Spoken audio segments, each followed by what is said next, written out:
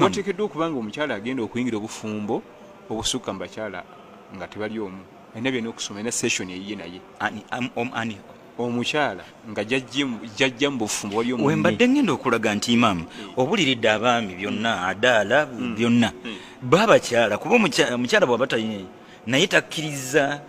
bw'owasanga omukyali bapaagizaga nti yandimaze okunzimbira bwe mba mwazima nti yansuubiza akamotoka yandimaze okukangulira abaana tebannatuuka yadde ku yunivasity bubaka kibbo buyinza nabo alinda abaana banatuuka ku yunivasity bo tebatugambiddeeko ajati oluvannyuma olyoka otubuulirira ku ajati oli ajja bajati balina okimanya nti puroguramu eno ey'okuwasa omukyala esukka ku omu esinga gasa ajati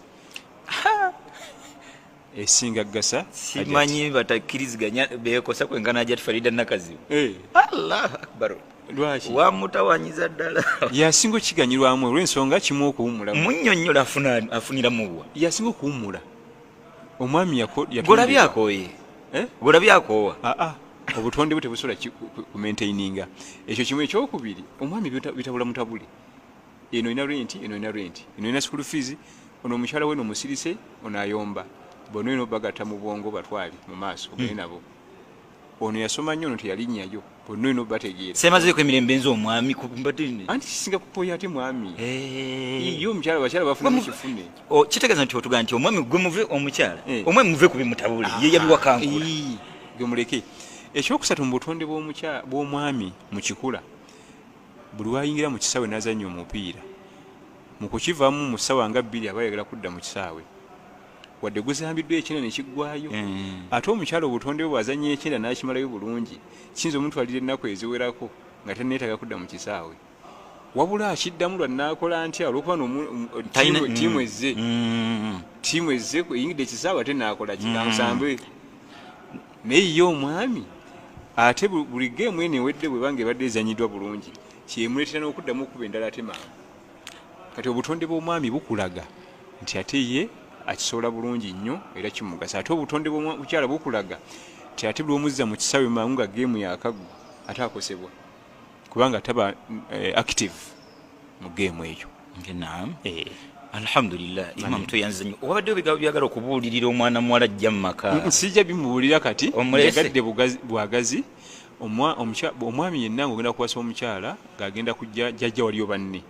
aba alina okugenda mu bamasheekhe basooke bamubuuliremu byalina okweyisa kubanga neeyisa ye ate endala nayo omwana muwala ajja tabanga onazze nga yasooseewo ng'aliwo yekka wajja nga bagenda kuba babiri basatu waliwo byalina okumanya. Ekisooka okuba oli omukulu ekitiibwa oli siniya. Ekyokubiri ateekeddwa okumanya ateekeddwa okuyambako bba okwenkanyankanya bakyala